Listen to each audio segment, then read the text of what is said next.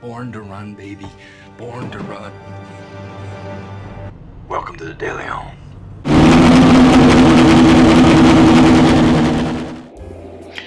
Well, hello slot car fans. This is Rob DeLeon with the DeLeon Slot Car Raceway, and it's about 1 o'clock in the morning right now. Still raining outside, and I decided to come out here and do an unboxing video.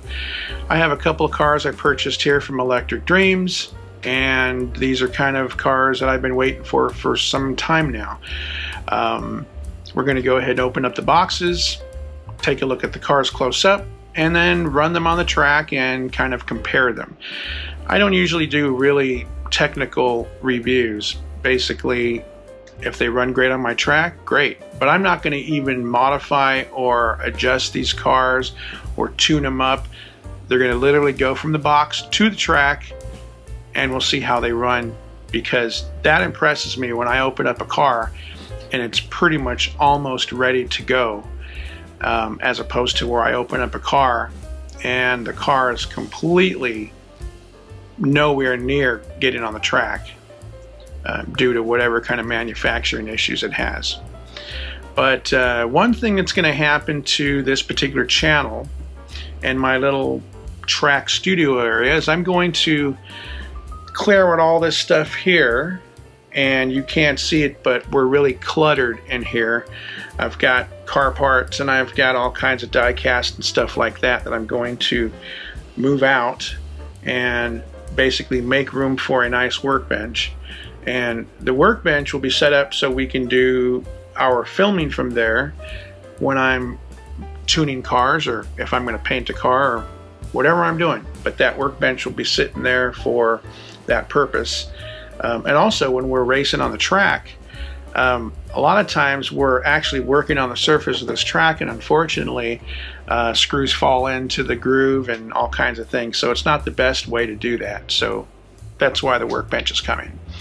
I'm also going to try to beautify this back wall here, because I'm tired of looking at the drywall. I'm going to design a backdrop that's going to kind of match my desert theme, so that I can continue doing my landscaping and kind of finish that up. There's a lot of areas that I haven't even touched yet. Usually when the weekend comes, I decide to race instead of working on the track, and at some point it's going to get too hot here to do anything, so I'm trying to get as much racing as I can in before the summer comes. So with all that said, let's go ahead and open up some cars and put them on the track and see what they do. You know, I really appreciate a well-packed box, and these companies always do a great job of packing everything in so your items don't get damaged.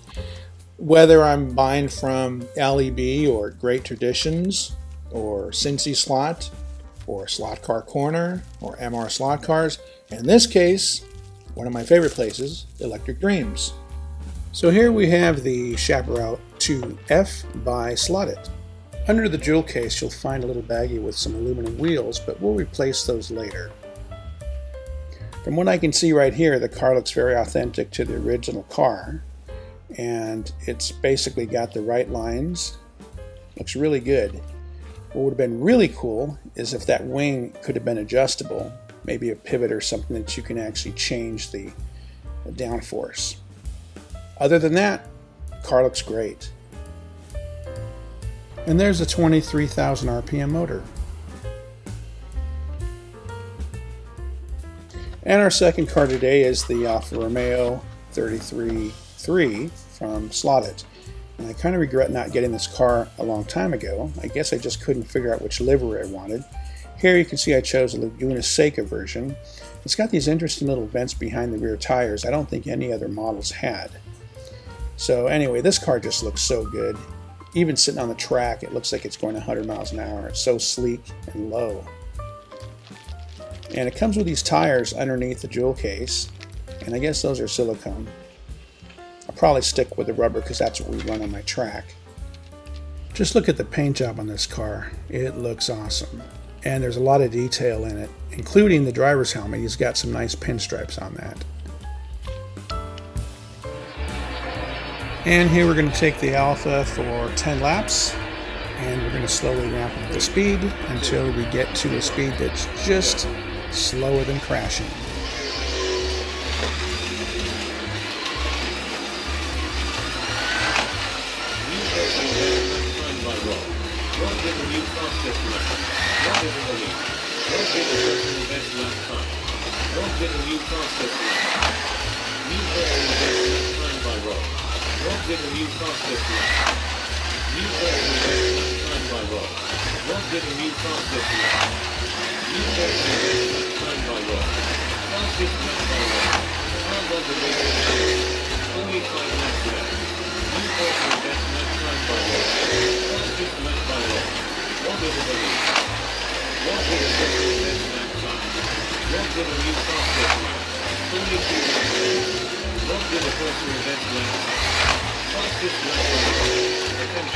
Only one lap left.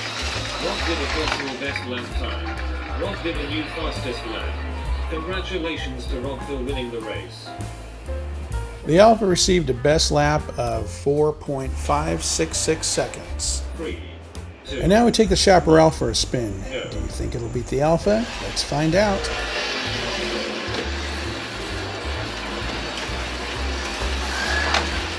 Rob did a personal best lap time.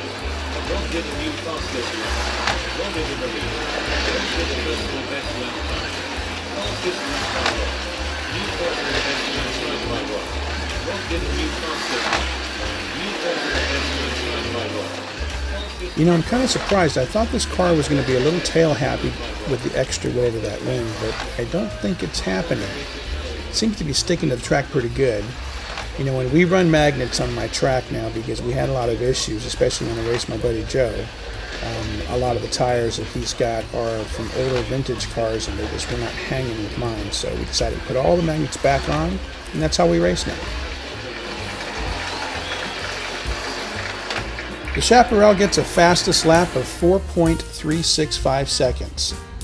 I guess it's the winner today.